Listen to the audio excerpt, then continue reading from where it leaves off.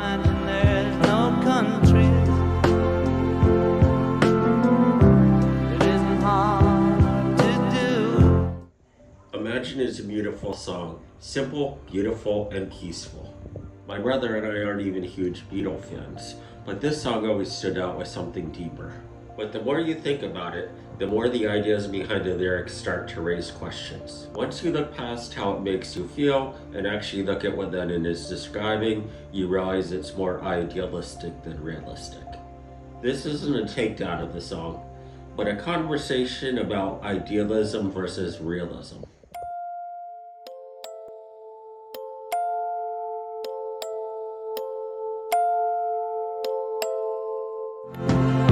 Imagine all the people living life in peace. This whole song flows like simple ideas that sound peaceful. No countries, no religion, no possessions, just people living in harmony. And to be fair, it does tap into something we all feel, a frustration with how messy the world feels, and a desire to clean the slate and start fresh. That's what makes it so powerful. It's not angry, it's just gently asking, what if the world didn't have all this conflict? But once you really start thinking about the lyrics and how people actually behave, things become a little bit more complicated. Imagine there's no countries. It isn't hard to do. Okay, sure. No borders, no wars over land, no tribalism. It sounds like peace, right? But the problem is, getting rid of countries doesn't remove power, it just removes the structures we use to manage it. No nations means no legal systems, no shared laws, no government that people are accountable to. Human nature says someone will step in to fill those voids. This is the paradox of anarchy. History shows us we get something much worse than our current flawed systems. We'll end up with dictatorships, warlords, and militias. Anarchy doesn't lead to peace, it just delays the next power grab. And here's what we find funny. When people hear no country, they often think, yeah, get rid of the rest of them, but not mine, theirs is the exception. My country's different, mine's peaceful, mine's good. But if everybody thinks that, we're not actually imagining a border of this world. We're just imagining a world without other people's borders. Imagine you hitting those like, comment, and subscribe buttons. Imagine all the people buying us a coffee. Maybe that's a bit idealistic, not realistic. Alright, well now back to our music review. Imagine there's no heaven. It's easy if you try.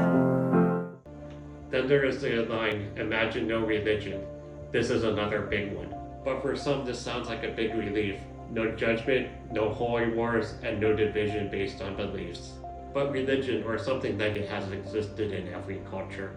People are wired to search for meaning, look for something bigger, and gather for shared beliefs. So if you wipe away formal religion, that instinct doesn't go away. It finds something else.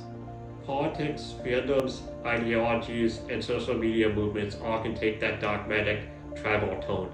And just like with countries, with religion, people tend to say, it's not mine, it's others. We all think our beliefs are the peaceful ones, the rational ones, and the real truth, but that's what keeps the division going. Imagine no possessions.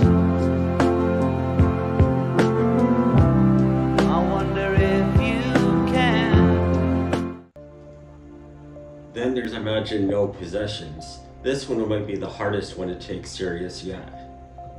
Because the idea seems kind of noble. If nobody owned anything, maybe there'd be less greed and inequality. But let's be real, it's not human nature to stop wanting things just because you say no one owns anything. Wanting things is wired into us, so if no one's allowed to own anything, that doesn't eliminate greed. It just means the people with more power are the ones who get whatever they want. You don't stop inequality, you just make it harder for them to fight back. And again, Lennon wrote this from a mansion. We're not calling him a hypocrite, but this just shows how far removed from reality this is. You can imagine no possessions all day, but it's just simply not reality. I hope someday you'll join us, and the world will you might think we're trying to ruin it, but we're not. With all that, Imagine is still a great song. The emotion is real. The longing for peace, unity, and simplicity is something almost everyone feels, especially in a world that feels so broken. But when you take these emotions literally, that's when the cracks begin to show. It's not enough to dream of wiping the slate clean. You have to think of what comes next and whether it fits with human nature. Some of the worst outcomes came from utopian ideas. People had good intentions, but the outcomes turned bad. Imagine all the people sharing all the world. So maybe the point of Imagine isn't to erase everything.